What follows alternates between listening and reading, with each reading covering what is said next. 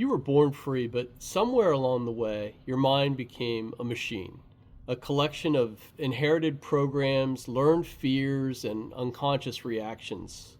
You stopped seeing life as it is and you started seeing it through these filters that you started putting up from your life experiences. They were beliefs and they're downloaded from your past, maybe from your parents, from generations before you. And we call it all, when we combine it, we call it a personality. But they're just really patterns that we learn. And those patterns just continue to repeat themselves. The same thoughts lead to the same choices lead to the same behaviors, and the same behaviors lead to the same experiences, and those experiences lead to the same feelings churning up in us all the time. So we get in these ruts, and this is how our personality becomes our personal reality. And that's how suffering repeats itself, automatically, predictably, and endlessly. So the question isn't how to stop suffering. The question is, can you see the program running? Can you identify it? Every fear, every doubt, every insecurity is a memory pretending to be you. And it's not you. You are the awareness that's watching it, the awareness that has, at your core, never been hurt. You have never failed at your core, and you've never been afraid at your core. The problem isn't your thoughts, it's your identification with them. And when you stop identifying, the program begins to unravel. So, step one, become conscious. Become the chief executive officer of your mind.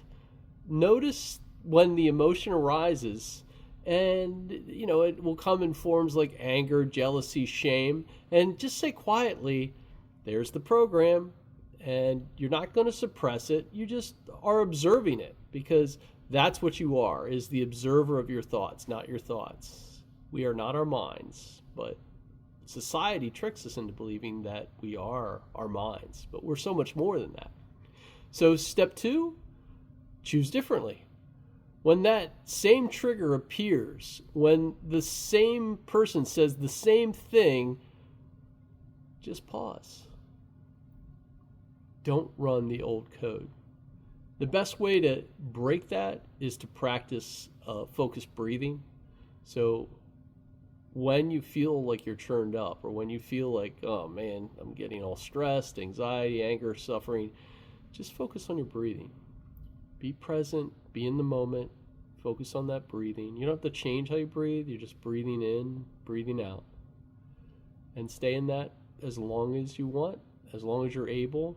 And it can't help but bring you to the present moment, the only time that really exists.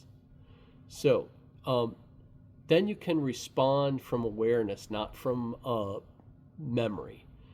Every new choice is going to rewire your brain.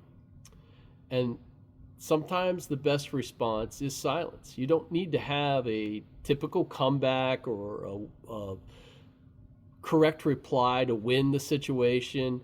In fact, in any heated conversation, really any response that you're going to give is just going to be used against you. It will exasperate the situation, and it will probably offend somehow, generally. Step three, this is the hardest part, because the old programs are really seductive and tricky. They make you feel safe. Even pain feels familiar, and we kind of tend to gravitate to those familiarities. But presence doesn't need that safety. It's safety itself. The body might resist when you change the dynamics. It might crave the same stress chemicals it used to, but if you stay aware, that craving dissolves. You begin to really see that peace isn't something you achieve, it's what remains when you stop feeding the old pattern. A friend of mine who is a therapist uses a term that I like, which is you drop the rope. So instead of having that tug of war back and forth with the person, you just drop the rope. You're not going to play that game anymore. And that is a real challenge for that other person, but that's for them to deal with, not for you. Your brain doesn't know the difference between what's real and what's imagined. You visualize peace when you feel gratitude, when you feel love and freedom. The brain actually fires the same neurons as if it's happening right now. You're not pretending. You're returning to an original state, a state of consciousness without conditioning. You were never broken. You were never trapped. You were simply asleep in the dream of thought. And presence is awakening. When you see that clearly, then suffering ends for you. Not after 21 minutes and not after 21 years, but right now. Because the moment you become aware of the program, you free yourself from it. And the more often you do this, the more presence manifests itself into your daily life without effort. If this message spoke to you, please like, subscribe, and share. It helps us to reach more people ready to wake up from suffering. And before you go, download your free 5-minute Hypnopresence Reset audio and guide. It's the simplest way to quiet your mind and reconnect with the awareness that has always been there for you. You'll find the link in the description below or at presencewithoutpractice.com. I'm Dave, and this is Presence Without Practice. Be still, be aware, and I'll see you in the next video.